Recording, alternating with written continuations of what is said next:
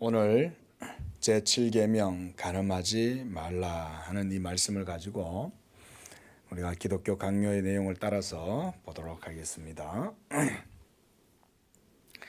사도 바울은 로마서 7장에서 자기의 몸을 일컬어 누가 나를 이 사망의 몸에서 건져내랴 이렇게 말을 했습니다.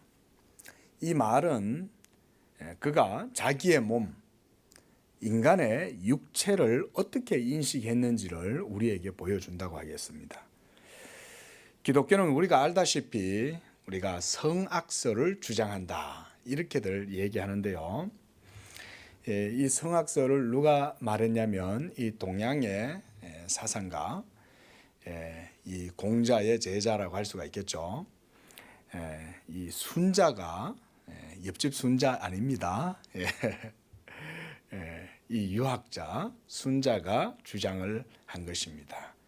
맹자는 성선설을 주장했는데 그것에 대해서 반대하면서 이제 성악설을 주장한 거예요.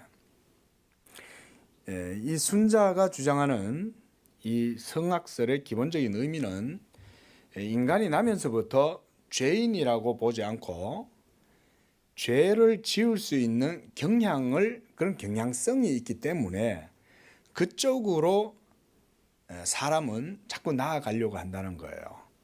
그렇기 때문에 악에 빠져들지 않기 위해서 그의 인격을 수양하고 그래서 수행이나 금욕 등을 통해서 도덕적인 규범을 따라 살아가야 함을 강조하는 것이 우리가 흔하게 이해하고 있는 그 동양의 성악설입니다. 그런데 이러한 동양 사상의 성악설과 성경이 말하는 성악설, 그것은 겉으로 볼 때는 좀 유사한 점이 있어요. 그러긴 한데 그 속을 좀 더 자세하게 들여다보면 그 의미가 크게 다르다는 것을 알 수가 있습니다. 우리가 항상 이 세상의 사상을 받아들일 때는 성경하고 잘 비춰봐야 되잖아요. 그러려면 성경을 먼저 잘 알아야 세상의 사상도 우리가 바르게 평가를 할 수 있겠죠. 성경이 말하는 이런 성악설은 순자가 말하는 것과 다른 겁니다. 성경은 인간을 이미 태어날 때부터, 이미 태중에 있을 때부터 벌써 영적으로 사망의 상태 가운데에서 태어난다고 보는 거예요. 왜 그렇습니까? 바로 그 원죄 때문에 그런 거죠. 아담의 유전인자를 받아가지고 아담의 혈통으로 태어난 이 세상의 모든 사람들 안에는 이 죄의 원인자가 있는 거예요. 아담에게서부터 물려받은, 그래서 우리가 그걸 원죄다 그러죠. 그래서 인간은 태어나면서부터 벌써 갓난아기 때부터 벌써 죄인이 태어난 거예요. 이걸 이제 모르면 어떻게 이렇게 순백에 천사 같은 이런 아이를 보고 죄인이라고 그러냐, 이렇게 생각을 할 수가 있겠지만, 그러나 성경은 그렇게 보지 않습니다. 이미 인간이 실존적으로 태어날 때부터 벌써 죄인인 거예요. 죄의 상태로 태어나는 거예요. 그래서 주님께서 이런 말씀하셨죠. 사람이 물과 성령으로 새롭게 태어나지 않으면, 이 말은 다시 태어나야 된다 이 말이죠. 그 바로 영적으로 거듭나야 된다 이 말이잖아요. 이렇게 영적으로 새롭게 태어나지 않는다면 그는 하나님 나라에 들어갈 수도 없고 하나님 나라를 볼 수도 없다라고 말씀하셨던 거예요. 어린아이 같이 아직도 아무 죄도 지은 게 없잖아요. 아이가 그저 옹알옹알 그러면서 얼마나 이쁘고 사랑스러워요. 그런데 그 아이 그 자체의 상태로는 천국에 못 간다 이거예요. 또한 자연인이 자신의 도덕적 성품을 함양하고 그래서 선행으로 공덕을 쌓아도 그 모든 행위로는 천국에 들어갈 수 없다는 것이 우리가 기독교 복음의 핵심이죠. 그렇죠? 우리가 예수님을 믿어야 하는 이유가 그래서 바로 여기에 있는 것입니다. 예수를 믿을 때에 하나님의 약속의 말씀, 곧 복음 진리가 그 믿는 자의 영혼에 생명이 되게 하시는 거예요. 이런 게 하나님 말씀의 운동력이고 생명력이고 그런 거예요. 성령께서 믿는 자 안에서 이 진리의 효력을 발휘하시는 거예요. 여러분 속에서. 예수를 믿을 때. 믿으시기 바랍니다. 그래서 죄로 말미암아 우리가 전적으로 부패하고 타락한 우리의 죽은 영혼에 새 생명을 불어넣으셔서 하늘에 속한 영적인 상태의 사람, 존재로 우리를 거듭나게 하시는 것입니다. 여러분 속에 있는 생명의 씨앗, 예수 그리스도의 복음의 말씀으로. 그래서 이 복음의 말씀을 그래서 우리가 생명의 씨다 이렇게 말하는 거예요. 이것이 예수 그리스도를 믿음으로써 이 모든 복음 진리가 믿는 우리 안에서 하나님의 은혜와 은사로 주어지는 거예요. 그리고 이 은혜와 은사는 또한 값 없이 하나님의 진리의 생명과 의를 우리에게 덧입게 해줘요. 그래서 우리 죄인 하나님과 원수가 되었던 우리를 이제는 양자의 영을 주심으로 성령을 주심으로 그래서 성령을 양자의 영이라고 그러는 거예요. 성령을 받는 사람은 하나님을 아빠 아버지라 부른다. 할렐루야. 하나님을 나의 아버지 나의 하나님으로 부르는 거예요. 그렇게 이 자연인의 상태에 있었던 우리 죄로 말미암아 심각하고 오염되고 타락하고 부패한 우리들을 예수의 영으로 새 생명으로 거듭나게 하심으로 하나님의 자녀로까지 그 존재가 변화되도록 만들어 주신다. 그래서 우리가 날마다 찬양하는 거예요. 할렐루야 찬양하세. 예수 그리스도로 말미암아 이런 은혜를 하나님께서 우리에게 주실 때 믿는 자 안에 바로 이러한 진리로 말미암는 역사가 일어나는 것입니다. 자, 여러분, 제가 방금 설명드린 이런 우리 영혼 속에 일어나는 새 생명의 역사, 영적으로 거듭나는 새 하늘의 생명을 덧입는 이런 일들이 여러분들이 돌을 닦아서 가능하겠습니까? 여러분들이 선행을 해서 그 하나님의 모든 생명과 의를 얻을 수 있겠습니까? 불가능한 거예요.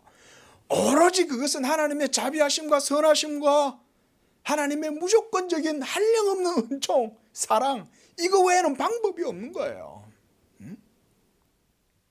그래서 사람의 능력과 지혜와 노력으로는 천국에 들어갈 수 없지만 하나님으로는 다 하실 수 있다.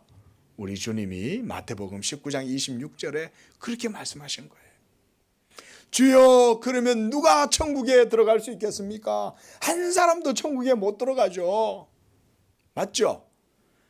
그 말은 이 얘기예요. 율법의 엄정한, 율법의 엄밀한 율법의 잣대 앞에서 누가 여러분 천국에 들어갈 수 있어요? 부자만 낙타 바늘기로 들어가지 못하는 게 아니에요. 율법의 의가 그만큼 우리에게는 철두철미한 거예요. 바늘구멍보다 더 작은 거예요. 누가 거기를 들어가요? 아무도 못 들어가는 거예요. 율법의 의로는. 그러나 주님이 뭐라고 말씀하셨어요? 사람으로는 할 수 없지만 하나님으로는 하실 수가 있다. 어떻게? 하나님의 아들 예수를 보내주시고 그의 십자가의 죽으심과 공로를 통해서 그 십자가의 생명이, 그 피의 값이 우리 영혼을 변화시키고 우리 영혼, 죽은 우리 영혼을 살리고, 그래서 우리 속에 진리가 들어오게 하고 진리가 여러분 속에 역사하여 생명이 되고 그것으로 여러분이 의를 덧입게 하고 예수 그리스도를 믿음으로 말미암아 하나님의 자녀가 되게 하는 것, 하나님으로는 하실 수 있다는 게 그 얘기예요. 진리의 방식으로 하나님은 하신다. 그게 하나님 능력 아니에요? 이게 십자가의 능력인 줄로 믿습니다. 믿는 우리에게는 그래서 십자가가 하나님의 구원의 지혜요 능력이라고 그러는 거예요. 자, 여러분, 사람의 몸이 도대체 어떠하기에 사도는 자기의 몸, 우리 모든 사람들의 몸을 사망의 몸이라고 말하는 것일까요? 먼저 그 사람의 몸에서는 그 어떤 것도 죄가 아닌 것은 없기 때문에, 그래서 행하는 일들마다 선을 생산하는 게 아니라 악을 생산하고, 그래서 죄의 삭신 사망의 열매를 그 몸이 결국은 맺는다는 거예요. 여러분, 그래서 우리가요, 인생을 낭만적으로 보는 이 로맨틱한 시선을 빨리 버려야 됩니다. 예? 휴머니티, 휴머니즘, 인본주의, 이거 빨리 벗어나야 돼요. 그게 여러분들의 눈을 둘러싸고 있으면 여러분들은 그만큼 예수, 복음, 진리 가운데 가까이 나아가지 못해요. 응? 낙타가 바늘귀로 뚫지 못하던 것처럼 그것 때문에 여러분들의 영혼이 천국의 바늘귀로 못 들어가는 거예요.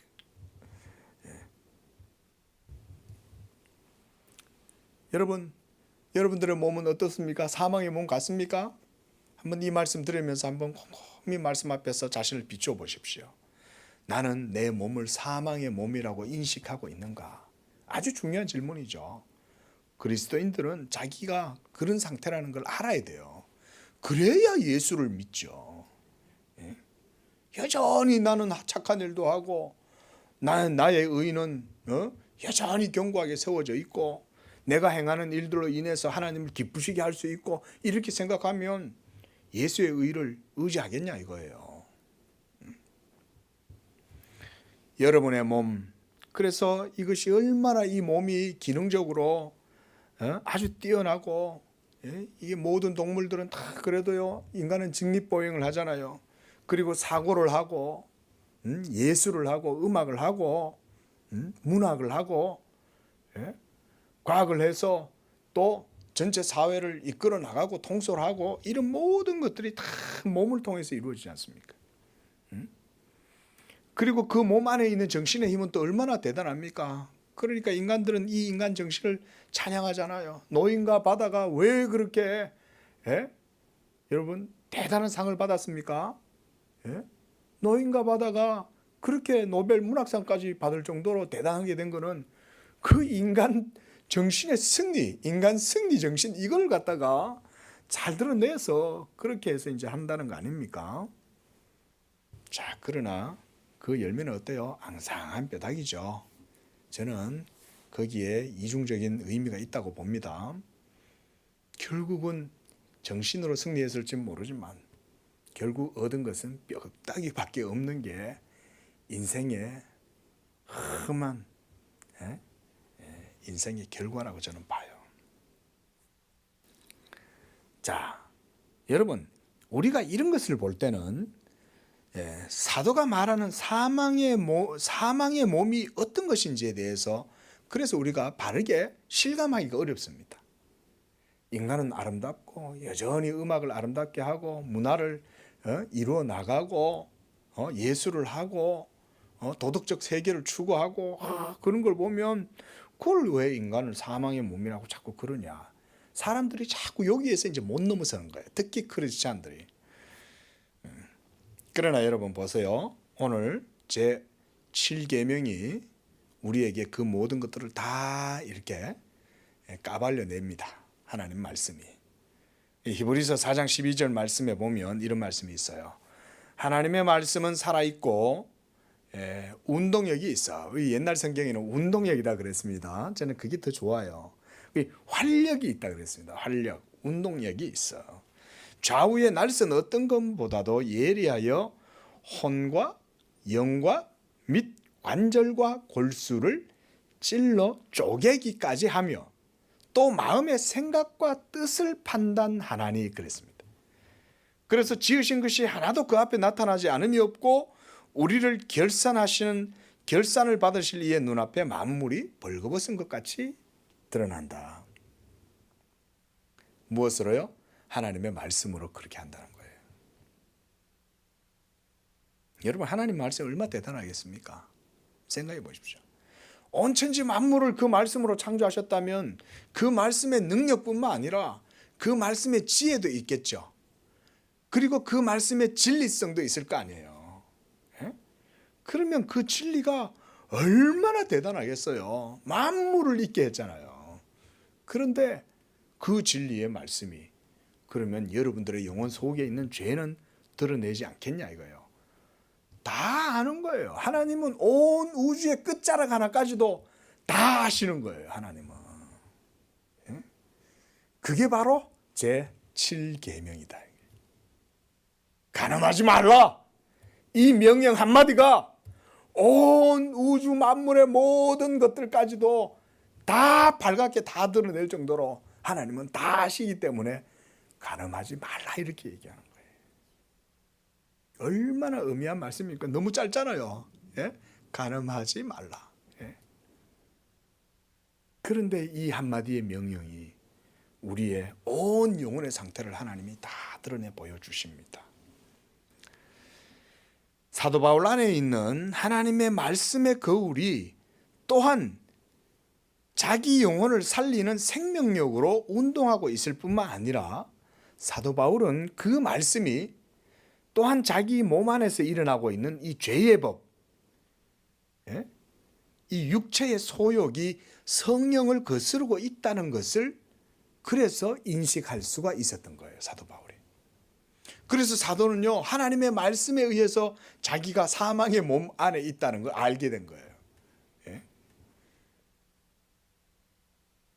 만약 이 바울의 영적인 상태가 다메섹 도상에서 우리 주님을 영광 가운데 계신 주님을 만나지 않았다면, 그래서 그가 성령으로 변화되지 않았다면, 그래서 여전히 자연인의 상태로 머물러 있었다면 그는 자기 자신이 사망의 몸에 사로잡혀 살아가고 있다는 사실을 몰랐을 거예요. 우리 로마서 8장 26절 말씀 한번 보십시오. 로마서 8장 26절.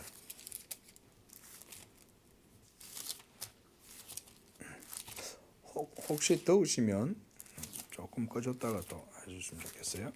자, 로마서 8장 26절 말씀. 자, 함께 봅니다. 시작. 이와 같이 성령도 우리의 연약함을 도우시나니 우리는 마땅히 기도할 바를 알지 못하나 오직 성령이 말할 수 없는 탄식으로 우리를 위하여 친히 간구하신다. 성령이 믿는 자 속에서 탄식하시기까지 우리를 위하여 기도하시는 이유가 뭘까요? 예? 여러분들을 위해서 성령이 탄식하시는 이유는 우리가 너무나 비참하고 나약하고 무능력하고 오염되어져 있고 그런 연약한 상태구나. 이거를 성령이 우리 속 사람을 잘 아신다는 거죠. 그러니까 성령도 탄식하시는 거예요. 이 상수를 어찌할꼬, 이 사도 바울을 어찌할꼬. 여러분, 그러니까 하나님의 성령의 은혜가 없이는 믿음 생활을 할 수가 없는 거예요, 우리가. 그러나 사도 바울이 예수 믿음과 성령의 은혜를 받은 후에는 자기 안에 이 생명의 말씀이 역사하고 성령께서 그 영혼의 내면에 빛을 비추어 주실 때 그는 이 법을 깨닫게 되었다고 말해요. 우리 다시 한번 로마서 7장 이번에 한번 가보겠습니다. 7장 21절 말씀. 그가 깨달은 게 이거예요. 자, 21절 읽습니다. 시작. 그러므로 내가 한 법을 깨달았노니 곧 선을 행하기 원하는 나에게 악이 함께 있는 것이로다. 사도 바울은 이걸 깨달은 거예요. 놀라운 깨달음에 도달한 거예요. 자, 티벳 고원에서 도 닦다가 깨달았나요? 예? 암자에서 암거하고 수행하다 깨달았습니까? 아니죠. 어떻게 깨닫게 됐어요? 그렇죠. 성령이 사도 바울의 영혼 속의 상태를 보게 하신 거예요. 말씀의 빛이 성령 이 사도 바울 안에 비치자 사도가 자기 안에 의가 없음을 깨달은 거예요. 오직 나에게는 이 사망의 몸 이거밖에 없구나. 예수 그리스도가 아니라면 내 속에서 의라고 하는 것은 눈꽃만큼도 찾아볼 수가 없고 온통 더럽고 추하고 하나님의 영원한 진노와 저주 가운데서 멸망받을 수밖에 없는 사망의 몸이 내 몸이구나. 그가 이걸 깨달았다는 거예요. 자, 여러분 지금요 우리가 이 제7계명을 얘기하면서 왜 제가 이 몸에 대해서 얘기하는지 아시죠? 뭐 때문에요? 간음죄는 무엇이 져요? 생각으로 짓습니까? 몸으로 짓잖아요. 그래서 음란죄는 그래서 자기 몸을 더럽힌다 그랬습니다. 성경은. 그래서 오늘 이 제7계명에서 하나님께서 우리에게 간음하지 말라 이렇게 명령하고 계시는 거예요. 거룩하고 의로우신 하나님께서 우리 몸의 성정의 가장 깊은 중심에 있는 이 성에 대한 것을 지적하심으로써 우리 전체 삶의 영역이 죄로 말미암아 오염되고 부패하고 그래서 그 타락한 상태라는 것을 이 7계명을 통해서 우리에게 보여주시는 거예요. 그래서 우리로 하여금 우리 몸의 교만함과 거만함과 그리고 우리 몸의 자랑과 우리 몸의 자기의를 이 7계명을 통해서 하나님께서 깨뜨리시는 거예요. 주님이 간음하지 말라라고 얘기하는 순간 우리 속에 있는 온갖 모든 육적 정욕에 대한 모든 쾌락을 향하는 우리의 성적인 모든 지향성들이 죄로 드러나는 순간인 거예요.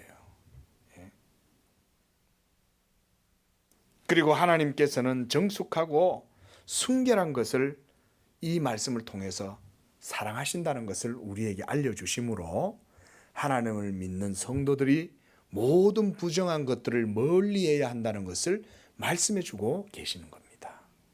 하나님을 믿는 성도들은 그래서 이 불결함이나 탐욕에 찬 육적인 무절제로 인해 자신을 더럽혀서는 안 되는 것입니다. 그러므로 우리가 하나님의 뜻을 따라서 열심을 다해 우리의 모든 삶의 영역에 성결함을 지속하고 유지함으로써 그것을 힘써야 한다고 제7계명이 우리에게 명령하시는 거예요. 자, 여러분 모든 정욕은 얼마나 가늠하기가 쉽습니까? 그렇죠? 그래서 제가 하나님의 은혜를 받고 참 보면 신앙생활을 하다 보니까요 이 몸에 대해서 알 수밖에 없어요. 그 사도 바울의 말씀, 이 로마서 7장 말씀이 이해가 되는 거예요. 예? 오라 나는 공고한 사람이로다. 이 사망의 몸에서 누가 나를 건져내랴? 그거는요 지금도 마찬가지예요. 여러분 이 몸은요 죽을 때까지 갑니다. 죽을 때까지. 육체의 소욕이 여러분들을 끝까지 붙들어 갑니다.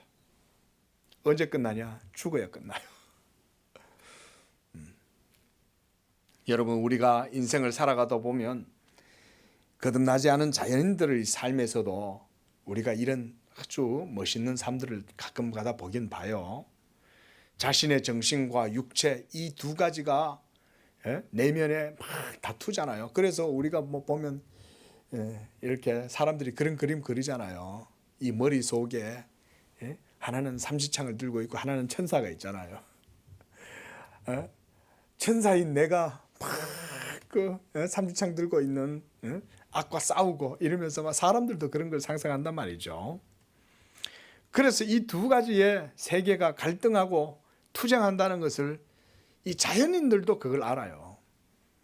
그러다가 이 양심의 가책을 받아갖고 나중에는 자기 자신에 대한 자괴감까지 빠지죠. 도대체 나는 누구냐? 더 이상 이제 나는 나를 못 믿겠다. 여러분 이 정도 수준에 이르는 사람은 성인군자 할 만한 사람이에요. 자기 자신이 정말 진짜 스스로 내 자신조차 나를 믿지 못하겠다 이런 생각에 도달하는 사람 정도만 돼도요 아주 상당한 도덕적 안목을 가지고 있는 사람입니다. 그렇죠? 그래서 자기 자신에 대한 불신에까지 이르는 이런 정도의 윤리적인 덕을 갖는 사람들도 간혹가다 볼 수가 있습니다. 자, 여러분, 우리의 몸이요 얼마나 간사한지 말 그대로 우리가 뒷간 들어갈 때 나올 때 다르다는 거예요. 그리고 아침 저녁으로 다릅니다. 그리고 감정은 또 얼마나 쉽게 변합니까? 아침에는 즐거웠다가 점심때는 또 주눅이 들고 막 했다가 침체되었다가 또 오후가 되면 또 갑자기 또 막 일어났다가 계속 그러고 있는 거 아니에요. 그리고 그뿐입니까? 우리 육체의 의지와 함께 우리의 판단력은 또 얼마나 쉽게 굽습니까? 그렇죠? 예? 여러분, 죄는요 몸이 짓습니다. 왜 그런지 아세요? 그 몸 자체가 죄이기 때문에 그래요. 그래서 그 몸에서 죄를 분리해내잖아요. 우리가 만약 몸에서 죄를 분리해낼 수 있다면 죄가 분리되는 순간 그 사람은 어떻게 될까요? 죽는 거예요. 왜? 죄가 몸이기 때문에. 예? 그래서 죄에서 해방되려면 죽는 거 외에는 방법이 없어요. 우리 사람은. 예? 그러나 예수 믿고 죽어야 될 줄로 믿습니다. 예수 안 믿고 죽으면 그 영혼도 몸의 죄로 말미암아 심판을 받는 거예요. 왜 사람에게서 죄를 분리하면 죽게 되냐 말씀드렸듯이 바로 그 사람 자신, 그의 몸 자체가 죄덩어리이기 때문에 그런 거예요. 영혼은 전적으로 부패했고 죄로 인해 오염되었고 그것을 충돌질하는 것이 몸이에요. 그게 바로 몸 속에 있는 죄가 그 모든 사람의 삶을 그래서 왕으로 다스리고 있는 거예요. 그래서 죄를 지어도 자기가 죄를 짓는다고 생각하지 죄가 죄를 짓게 한다고 생각하지 않습니다. 이렇게 육적인 충동을 따라서 쾌락을 행하고 절제하지 못하며 온갖 음란한 죄를 짓는 것이 바로 우리 인간의 타락하고 부패한 몸의 상태입니다. 사람의 몸 안에 역사하는 죄의 위력은 결국 그 사람 자신을 집어삼키게 됩니다. 그리고 그를 파멸의 상태로까지 이끌고 가면서도 정작 죄를 짓고 있는 그 사람 자신은 자신의 그 비참한 상태를 깨달을 새도 없이 멸망에 치달아 버려요. 무섭습니다. 그래서 이 제7계명을 주심으로 해서 하나님은 우리에게 또 뭐를 요구하시냐면 혼인을 귀하게 여겨라 이러는 거예요. 그 자신의 정욕을 자기 아내와 자기 남편의 몸을 합법적으로 사용하는 것 그거 이외에 헛되게 그 몸을 함부로 쓰면 그 다 죄를 짓는 거예요. 그 하나님이 그래서 이 혼인을 우리에게 허락하셔가지고 결혼 제도를 통해 가지고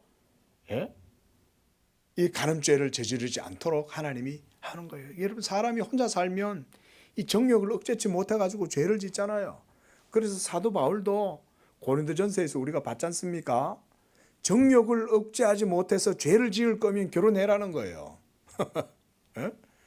그러나 나는 너희가 결혼하지 않고 사는 것을 나는 너희한테 추천한다. 그러나 그것은 내가 추천하는 거지 계명은 아니다. 그러나 너희가 음란한 죄를 저질러서 그것 때문에 죄를 짓고 방탕하고 무절제함으로 죄를 짓는 것보다는 결혼하는 게 낫다는 거예요. 그러면 결혼하면 어떻게 해야 되겠어요? 결혼했을 때는 결혼한 이 혼인관계 안에서 자기의 성을 거기에서 절제하고 만족하고 지내야 된다는 거죠. 그런데 우리 사람들은 어떻습니까? 자기 아내 하나로 만족 못하는 거죠. 얼마나 가정들이 많이 바탕이 납니까? 첩을 두고 애첩을 두고 결혼해놓고도 애인을 두고 요즘은 여자들도 애인이 있대요. 제가 어릴 적에만 해도 상상도 못했잖아요. 근데 요즘은 뭐 여권 신장 이래 되니까 우리 여성분들이 완전히 지각을 잃어버린 것 같아요. 아니 무슨 뭐 여권 신장이면 성적으로도 개방돼 가지고 막 이렇게 성을 문란하게 음란하게 막 그렇게 휘젓고 다니는 게 그게 여권 신자입니까? 아니잖아요. 막 캬바레 무슨 이상한 데 가가지고 막 돈 많이 갖고 가지고 젊은 애들 몸을 사고 말이죠. 여자들도 요즘 뭐 소동과 고문합니다, 여러분. 진짜 우리가 사는 세상은 지금 그런 세상이에요. 여러분 지금도 얼마나 많은 사람들이 이 불금이라 그러죠. 불금. 예? 이 금요일을 불금이라 그러는 거예요. 와 신나게 향나게 빠져보자 그러면서 지금 뭐 얼마나 많은 나이트 클럽 이런 데 가가지고 전부 다 음란한 눈을 호리면서 서로 짝을 찾고, 근데 그중에 대부분 다 결혼한 사람들인 거예요. 다 망합니다. 그것 때문에요. 치정에 얽매이다가요. 그 남편이 알아보세요. 가만 놔두겠어요. 그래서 잠언서에도 보면요. 예? 음란한 여자를 조심해라는 거예요. 조심하는 게 아니라 아예 그냥 그런 여자를 만나는 것 자체가 재앙인 거예요. 그 남자가 가만히 있겠어요? 자, 여러분. 이렇게 히브리서 13장 4절에서 그래서 말씀합니다. 모든 사람은 혼인을 귀히 여기고 침소를 더럽히지 말라는 거예요. 그리고 음행하는 자들과 간음하는 자들을 하나님이 심판하신다 이렇게 말하는 거예요. 죄 지을 때야 얼마나 좋아요. 육체의 쾌락을 즐기니까 막 그것으로 말미암아 가지고 막 아방궁처럼 해갖고 그렇게 해가지고 살면은 평생 행복하고 즐거울 것처럼 쾌락을 즐기지만 그게 딱 끝나는 순간부터 이제 죄의 올무가 그들의 모든 삶에 이제 저주로 다가옵니다. 그걸 몰라요. 불나방들처럼 인생들이. 그런데 사람들은요, 이 몸으로 죄를 짓지 않으면 제7계명에서 자유롭다고 또 생각을 해요. 네? 이런 생각 자체가 벌써 그 자신이 얼마나 하나님의 말씀에서 떠나 있고 그리고 그의 영혼이 죄로 말미암아 심각하게 오염되어 있는지를 벌써 보여주는 거예요. 그 자체가. 이제 마태복음 5장 말씀 우리가 아까 봤죠. 한번 보겠습니다. 마태복음 5장 28절을 보십시오. 주님이 뭐라고 그러십니까? 우리 함께 읽어보겠습니다. 시작. 나는 너희에게 이르노니 음욕을 품고 여자를 보는 자마다 마음에 이미 간음하였느니라. 여기서 잘 보세요. 여자를 보고 음욕을 품었습니까? 음욕을 품고 여자를 봤습니까? 음욕을 품고 여자를 보는 거예요.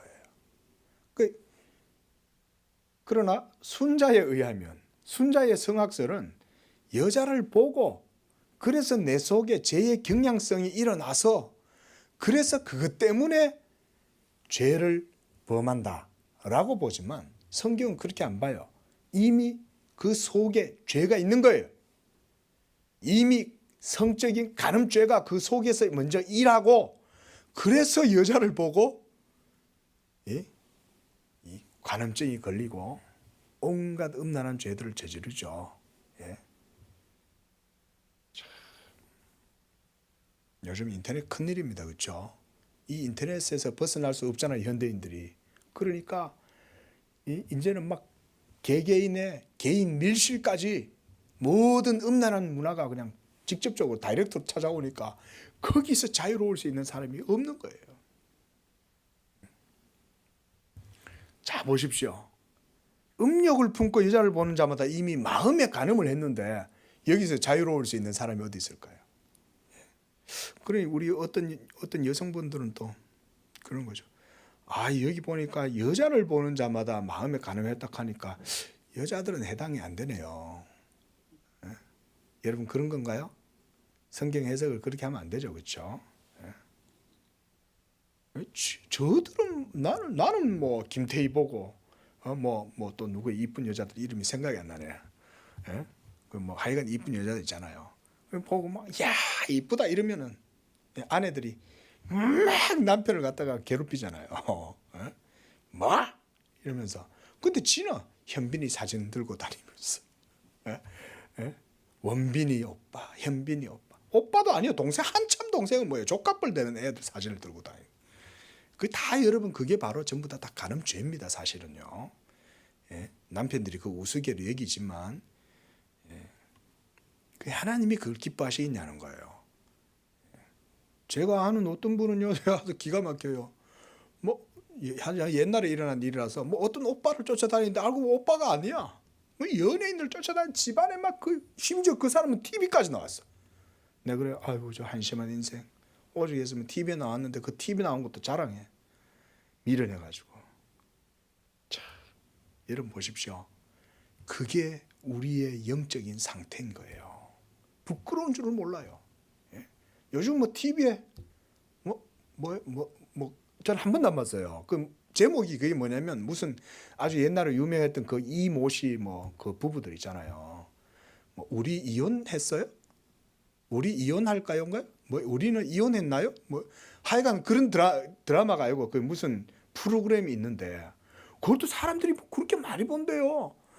아니 무슨 다 죄지어 가지고 그것 때문에 장차 하나님 앞에 전부 다 심판당할 거 생각을 못 하는 거죠. 예수 믿는 분들은 조심하셔야 됩니다, 여러분. 그런 거 틀지 마세요. 그 전부 다 썩을 육체를 가지고요. 지금 늙어가지고 더 이상 이제는 제가 할 수도 없는 그런 상태인데도 여전히 조금의 육체에 이 기운이 남아 있으니까 옷도 번들하게 입고, 그럼 또 이혼해가지고도 얼마나 로맨틱하게 또 묘사를 합니까? 예? 그게 세상이에요. 자, 여러분 이렇게 간음죄에서 자유로울 수 있는 사람 하나도 없죠. 만약 여기서 나는 성에 자유롭습니다, 이렇게 주장하는 사람이 있다면 그 사람이야말로 최고의 거짓말쟁입니다. 우리가 이런 거짓말 있잖아요. 거짓말 대회에서 최고 1등 누구예요? 나는 한 번도 거짓말 안 해봤어. 이게 최고의 거짓말이죠. 그거하고 똑같아요. 나는 한 번도 간음죄 안 지어봤어. 우리는요, 간음죄를 안 짓는 게 아니라 우리 속에 간음죄 자체가 있는 거예요. 죄를 지어야 죄라고 하는 게 아닙니다. 그러나 하나님의 말씀은 우리의 폐부와 심장까지 다 들여다보신다고 하죠. 누가 거룩하신 하나님 앞에서 자신의 의를 조금이라도 내세울 수 있을까요? 그래서 사도 베드로는 베드로전서 2장 11절에 이렇게 말씀했어요. 사랑하는 자들이여, 너희를 권하노니 영혼을 거스려 싸우는 육체의 정욕을 제어하라. 육체의 정욕을 제어하는 힘은 오직 예수 믿음에서 나오는 줄로 믿습니다. 이 믿음을 바르게 세우고 경건의 능력을 키우기 위해서 우리가 할 일이 뭐냐? 하나님의 말씀을 더욱더 창념하는 거예요. 주의 도를 배우는데 열심 내는 거예요. 교리도 깊이 있게 배우고 예수 그리스도를 믿음이 어떻게 우리의 구원이 되는지 깊이 배우고, 그리스도를 믿을 때 하나님의 진리가 믿는 여러분 속에서 어떻게 일하는지 그걸 배우고, 성령이 여러분 속에 오셔서 말씀의 예수의 복음의 말씀으로 어떻게 효력을 불러일으키는지 이런 것들을 깊이 배우면 경건의 깊은 독 가운데 이르고, 그러면 여러분들의 영혼이 성결해지는 줄로 믿습니다. 그래서 여러분, 성화는요, 지식이 없으면 성화가 안 됩니다. 예? 금식하고 금욕 아무리 해보세요, 성화 안 됩니다. 예? 성화, 기독교적 성화의 방법은 지식이 있어야 돼요. 하나님의 말씀에 대한 지식이 여러분 속에 있으면 하나님을 사랑하게 되고 진리와 친근하게 되고, 그러다 보면 내 영혼이 착해지는 거예요. 순수해지고 온유해지는 거예요. 온순해지는 거예요. 그러니까 예전에는 강팍할 때는 막 내 성질대로 내 욕심대로 무절제하게 행하고 했는데, 하나님의 말씀의 진리를 사랑하게 되고 깊이 알아가다 보니까 주님이 더욱더 사랑스러워지는 거예요. 그 사람이 이제 죄가 멀어지는 거예요. 죄 있는 모습만 봐도 싫은 거예요, 이제는. 여러분, 육체의 정욕을 이길 힘, 찬송가도 그런 게 있잖아요. 육체의 정욕을 이길 힘은 보혈의 능력 주의 보혈 믿습니다. 이 십자가의 그리스도를 간절히 바라보고 나아갈 때에 우리가 성령의 능력으로 그 모든 죄의 의지와 소욕을 떨치고 승리하게 되는 것입니다. 말씀을 맺겠습니다. 사랑하는 성도 여러분, 이와 같이 여러분 속에 역사하고 있는 죄의 힘을 항상 이기기 위해서 예수 그리스도 십자가의 복음을 굳게 붙드시기를 바랍니다. 성령을 의지하면서 살아갈 때에 이 제7계명의 명령을 여러분들의 삶 가운데 온전하게 이루고 살아갈 수가 있는 것입니다. 그러면 여러분들의 모든 삶에 하나님의 평강과 또 하나님의 복이 넘치실 줄로 믿습니다. 기도하겠습니다.